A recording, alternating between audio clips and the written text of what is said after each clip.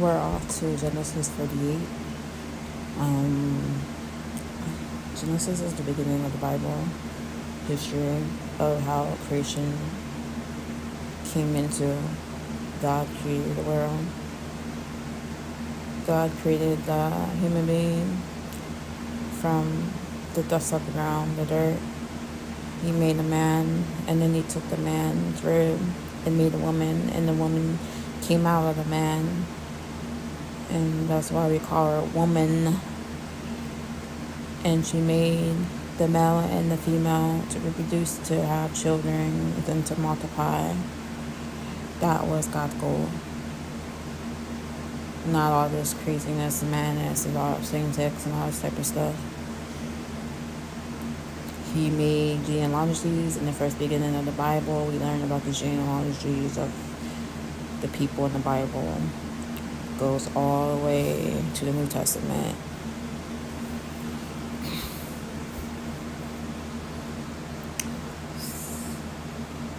So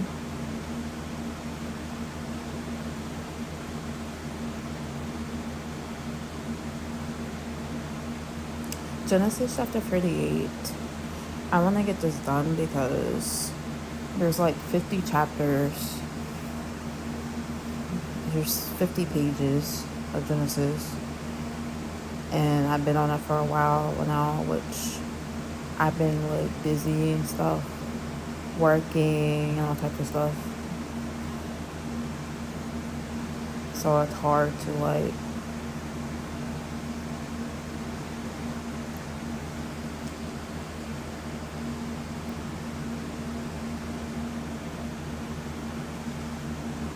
Chapter 38. Judah and Tamar. About this time, Judah left home and moved to Adullam, where he stayed with a man named Hira. There he saw a Canaanite woman, the daughter of Shua, and he married her. When he slept with her, she became pregnant and gave birth to a son, and he named the boy Then she became pregnant again and gave birth to another son, and she named him Onan. And when she gave birth to a third son, she named him Shelah. At the time of Shelah's birth, they were living at Kezib. In the course of time, Judah arranged for his firstborn son to marry a young woman named Tamar. But was a wicked man in the Lord's sight, so the Lord took his life. Then Judah said to Er's brother Onan, "Go and marry Tamar, as our law requires of the brother of a man who has died. You must produce an heir for your brother." But Onan was not willing to have a child who would not be his own heir. So whenever he had intercourse with his brother's wife, he spilled the semen on the ground. This prevented her from having a child who would belong to his brother. But the Lord considered it evil for Onan to deny a child to his dead brother. So the Lord took Onan's life too. Then Judah said to Tamar, his daughter-in-law, "Go back to your parents' home and remain a widow until my son Shelah is old enough to marry you." But Judah didn't really intend to do this because he was afraid Shelah would also die like his two brothers. So Tamar went back to live in her father's home. Some years later, Judah's wife died. After the time of mourning was over, Judah and his friend Hira the Adullamite went up to Timnah to supervise the shearing of his sheep. Someone told Tamar, "Look, your father-in-law is going up to Timnah to shear his sheep." Tamar was aware that Shelah had grown up, but no arrangements had been made for her to come and marry him. So she changed out of her widow's clothing and covered herself with a veil to disguise herself. Then she sat beside the road at the entrance to the village of Enam, which is on the road to Timnah. Judah noticed her and thought she was a prostitute, since she had covered her face. So he stopped and propositioned her. "Let me have sex with you," he said, not realizing that she was his own daughter-in-law. "How much will you pay to have sex with me?" Tamar asked. "I'll send you a young goat from my flock," Judah promised. "But what will you give me to guarantee that you will send the goat?" she asked. "What kind of guarantee do you want?" he replied. She answered, "Leave me your identification seal and its cord, and the walking stick you are carrying." So Judah gave them to her. Then he had intercourse with her, and she became pregnant. Afterward, she went back home, took off her veil, and put on her widow's clothing as usual. Later, Judah asked his friend Hira the Adullamite to take the young goat to the woman and to pick up the things he had given her as his guarantee. But Hira couldn't find her. So he asked the men who lived there, "Where can I find the shrine prostitute who was sitting beside the road at the entrance to Enaim?" "We've never had a shrine prostitute here," they replied. So Hira returned to Judah and told him, "I couldn't find her anywhere, and the men of the village claim they've never had a shrine prostitute there." "Then let her keep the things I gave her," Judah said. "I sent the young goat as we agreed, but you couldn't find her. We'd be the laughing stock of the village if we went back again to look for her." About 3 months later, Judah was told, "Tamar, your daughter-in-law, has acted like a prostitute, and now because of this, she's pregnant. Bring her out and let her be burned," Judah demanded. But as they were taking her out to kill her, she sent this message to her father-in-law: "The man who owns these things made me pregnant. Look closely, whose seal and cord and walking stick are these?" Judah recognized them immediately and said, "She is more righteous than I am, because I didn't arrange for her to marry my son Shelah." And Judah never slept with Tamar again. When the time came for Tamar to give birth, it was discovered that she was carrying twins. While she was in labor, one of the babies reached out his hand. The midwife grabbed it and tied a scarlet string around the child's wrist, announcing, "This one came out first."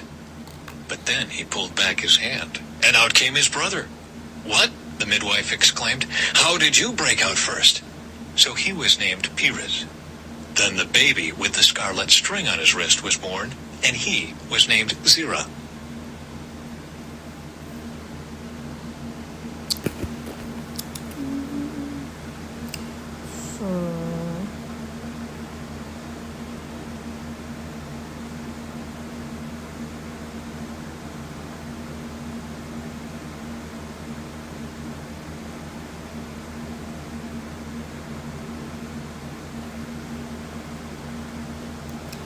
So the story of Judah and Tamar in Genesis 48 contains several important lessons that we can learn from. The danger of hypocrisy. Judah is cut to condemn Tamar for her perceived immorality, while he himself is gauging in immoral behavior by visiting prostitutes. This highlights the hypocrisy that can exist when people judge others harshly without examining their own hearts. The importance of fulfilling one's obligations. Judah failed to fulfill his obligation to allow her son Shelah to marry Tamar as her late husband's brothers. This led to a series of tragic events that could have been avoided.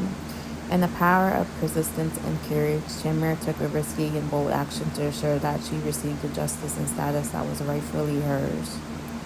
Her persistence and willingness to take a stand is commendable. And God's sovereignty in the midst of sin. Despite the sinful actions of Judah and Tamar, God was still working out his greater plan. Tamar's son Perez ended up being an important ancestor in the lineage of King David and ultimately Jesus Christ. The complexity of human relationships. The chapter highlights the messiness and complications that can arise in family relationships, particularly when selfishness, deceit, and lack of communication are present. So Genesis 48 provides a vivid case study in the human condition or capacity for both good and evil, our need for accountability, and God's ability to work redemptively, even in the midst of our own worst failings. It challenges us to examine our own hearts and motives while also recognizing God's sovereign hand in the midst of life complications.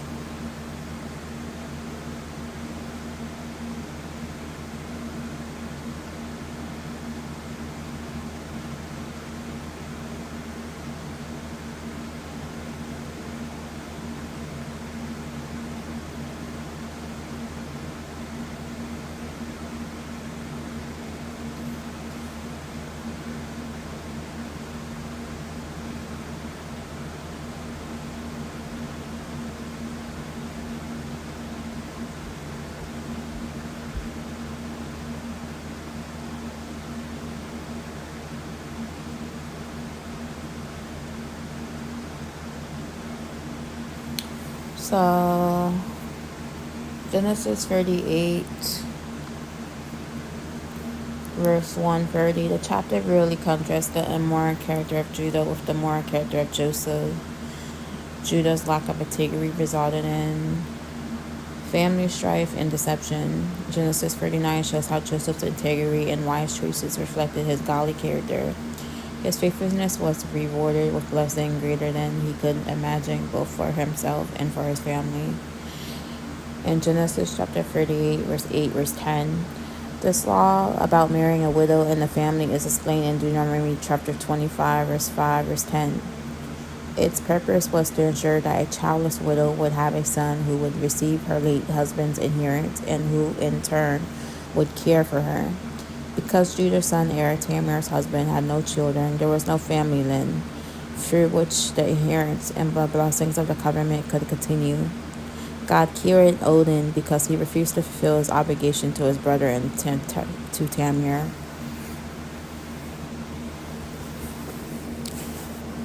Genesis chapter 38, verse 15, verse 24. Why was Judah so willing to sleep with a prostitute, yet ready to execute his daughter-in-law for being one? To understand this apparent contradiction, we must understand the place of woman in Canaan. A woman's most important function was seen as bearing children who would perpetuate the family line. To ensure that children belonged to her husband, a bride was expected to be a virgin, and a wife was expected to have relations only with him. If a wife committed adultery, she would be executed. And some women, however, did not belong to families. They might serve as shrine prostitutes supported by offerings, or common prostitutes supported by the men who used their services. Their children were nobody heirs, and men who hired them adulterated no one's bloodlines. Judah saw no harm in hiring a prostitute for a night. After all, he was more than willing to pay. He was ready to execute Tamar, however, because if she was pregnant as a result of prostitution, his grandchild would not be part of his family line. Apparently, the question of sexual morality never entered Judah's mind. His concern was with keeping his inheritance in the family. Ironically, it was Tamar, not Judah, who acted to provide him with legal heirs. By seducing him, she acted more in the spirit of the law than he did when he refused to send his third son to her. The event in no way implies that God thinks lightly of prostitution. Throughout Scripture, prostitution is condemned as a serious sin. If the story has a moral, it is that faithfulness to family obligation is important, and despite their affairs, Judah and Tamar are direct ancestors of Jesus Christ. See Matthew chapter 1:3. In Genesis chapter 38, verse 15, verse 23, it may seem strange that prostitution is written about in such a matter of fact of a way here. Prostitutes were common in pagan cultures such as that Canaan country in the Bible. Public prostitutes served Canaanite godlessness and were a common element of the religious cults. Fornication was encouraged in these cults with the belief that it would be improve fertility in the crops and flocks. Public prostitutes were more acceptable in that culture than private prostitutes, who were sometimes punished when caught. Genesis chapter 38, verse 18, the identification seal was used to authenticate legal documents using a unique design carved in stone and worn on a ring or necklace. Inseparable from its owner, the seal was used by a wealthy and powerful to mark clay or wax, because Tamar and Judah's seal should prove beyond a doubt that he had been with her.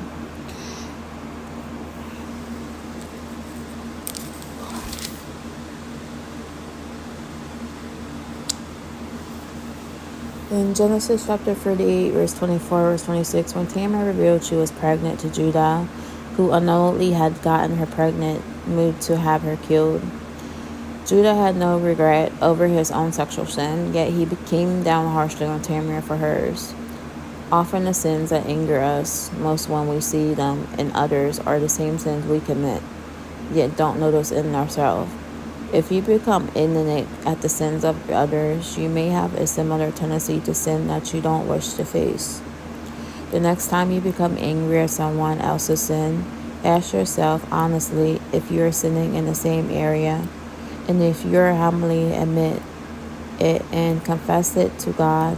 When we admit our sins and ask God to forgive us, forgiving others becomes easy.